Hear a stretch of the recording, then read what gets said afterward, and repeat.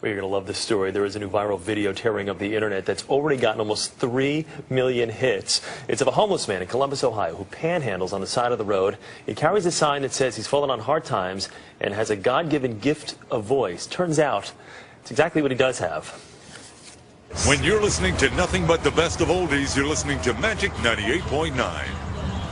Thank you so much. God bless you. Thank you. And we'll be back with more right after these words. And that man's name is Ted Williams, and he joins us exclusively here on the early show this morning. Ted, good morning. How are you? I'm fine, thank you, and good morning to you too, sir. I just want to hear you talk. Ted, just read something, would you? First of all, congratulations. Let me just ask you right off the bat, what's it like to go from being homeless and on the side of the road with a sign in your hand to now overnight you are this sensation and people can't get enough of you right now?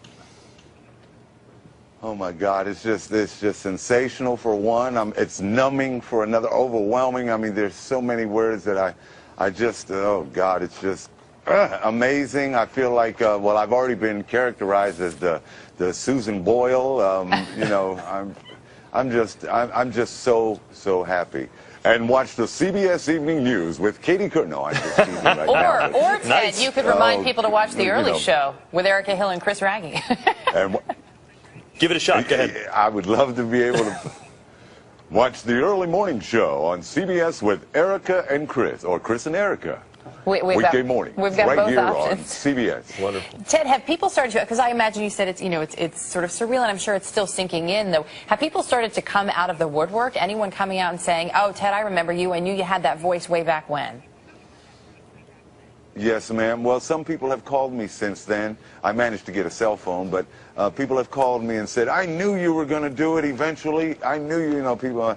My mom is just really, I'm going to be going to New York hopefully this afternoon, and please, I apologize if I'm getting a little emotional. I haven't seen my mom in a great deal of time since then, but she doesn't believe it. She's 92 and she lives in Brooklyn, and I was born and raised in Brooklyn in the Bedford-Stuyvesant area, right around Bergen and Buffalo, Atlantic Avenue, Flatbush, and that area.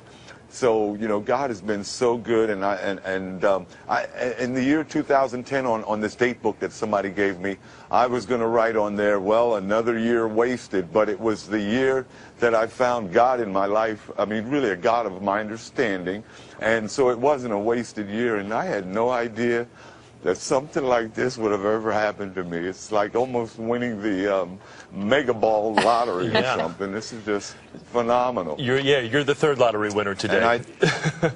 Let me ask you this, Ted. You got your career got derailed through drugs and alcohol. You talked of that, and now you've been sober for what, 2 years now? Is that correct?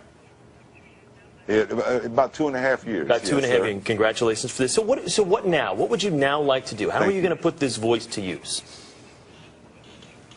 Well, I would like to just have a job and a home, an apartment, or anything, to be able to cook in. I'd like to, just get my life in a responsible area of a 53-year-old man, a tax-paying citizen, and try to put some of my bad memories and everything. Well, I'm not going to forget where I came from, but I just want to put some of that on the back burner and continue with my life, whatever is left to live, and hopefully, like I said, I was holding that sign with the hopes or the wishful thinking that somebody was going to ride by and say, hey man, I got an internet radio station that could possibly use some production work or something. Well, clearly everything happens for a reason. There's a reason that you were there and that someone did drive by. You mentioned your mom and that you're headed here to New York. Your mom is 92, and this hasn't quite sunk in for her. You haven't seen her in a while. I imagine for her this is really a dream come true too. Was she worried that maybe you wouldn't be able to pull out of that low place where you had been? One of my biggest prayers that I sent out was that she would live long enough for me to see me, rebound or whatever. And I guess God kept her around, and He kept my pipes around, to maybe just have one more shot that I would be able to say, Mom, I did do it before. I might pass away before her or whatever, but my dad didn't get a chance to see this.